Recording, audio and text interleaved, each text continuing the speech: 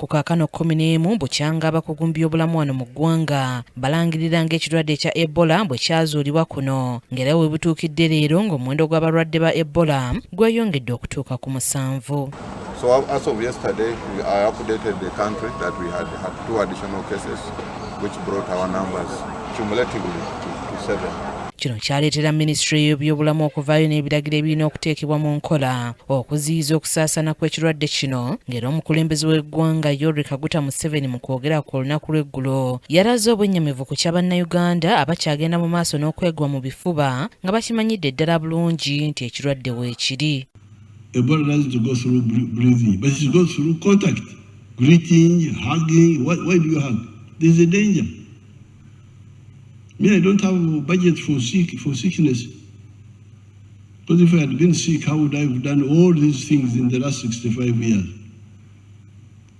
So please set an example. There's a big problem now in Congo. Here, everybody stop this shaking of hands and all this. Dr. Daniel Kyabayinze avunaanyizibwa ku by'obujjanjabi mu Minisitule y'ebyobulamu ayogedde ku mbeera y'obulwadde buno bwa Ebola naddala mu basawo ng'era agamba nti mu kiseera kino Uganda erina abantu 7 abakakasiddwa okubeera ne Ebola. Ono kyokka ategeezezza nti omulwadde eyalina omuntu eyafa Ebola bwe yawonye era nti baamusiibudde newankubadde nga bakyamwekenneenya. Leero twayongedde okufunayo abalwadde abalala 2 okwegatta ku muwendo gwe tuze twalangirira okuva nga 15 Meeyi. Kitegeeza mu nnaku 11 abalwadde bavudde ku 2 be twasooka okuba nabo kati omuwendo omugatte be twakajja kulaba mu Uganda baweze 7.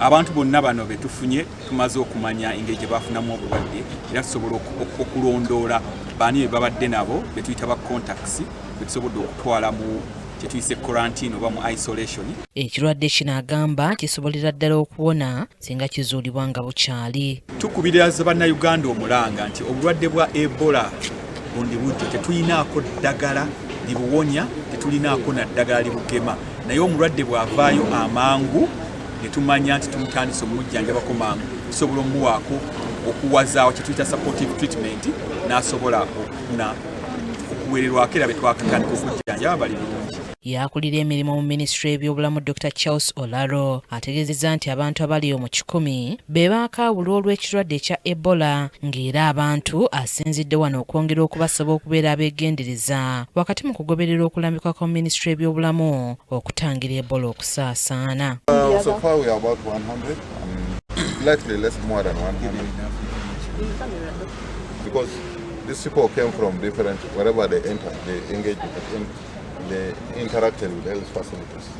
So we might know of those ones which we know now, but there are many others which might have what? Within, if a sample is taken within 4 hours, we can be able to make results. And since the outbreak definitely happened within hospitals in Kampala, we are going to extend surveillance and case search in all the facilities across, but also we are emphasizing aspect of screening, patient screening, the aspect of temperature measurements. Bino byonna babyogeredde ku mukolo ekitongole ki Uganda Virus Research Institute kwe kijaguliza olw'okuweza emyaka 9 bukyanga kitandikibwawo. Anniversary celebrations. Thank you.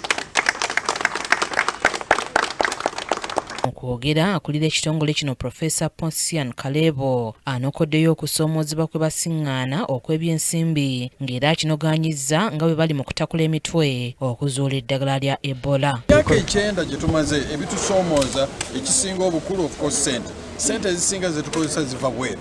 Twandagadde nnyo bw'ofuna sente nga ziva munda osobola okukola ebyo byonna by'oyagala, naye bw'obanga buli kaseera weesiga sente ziva ebweru oluusi ziyinza okukola ebyo ebitali priority mu nsi yo. N'olwekyo twagala okulaba nga sente ziva mu gavumenti zeeyongerako naye kati ezisinga ze tukozesa ziva bweru. Twagala okulaba nga tutendeka abantu. Kaakati bantu batono nnyo naye tweyongera batendekebwe basobole n'okukolera mu institutions zaffe. Kyambadde Shadrack Joshua yakusakidde eggulire lino KTV amalindirire. Ziweze 3 Kaakano eziyise ku 3 ezakawoza amasiga amalindi zikanga fundi kiriri wano olw'obudde nkwebaza obadde mulabi mulungi yonna gy'osinzidde okutulaba. Mukama Katonda omulungi omwesigwa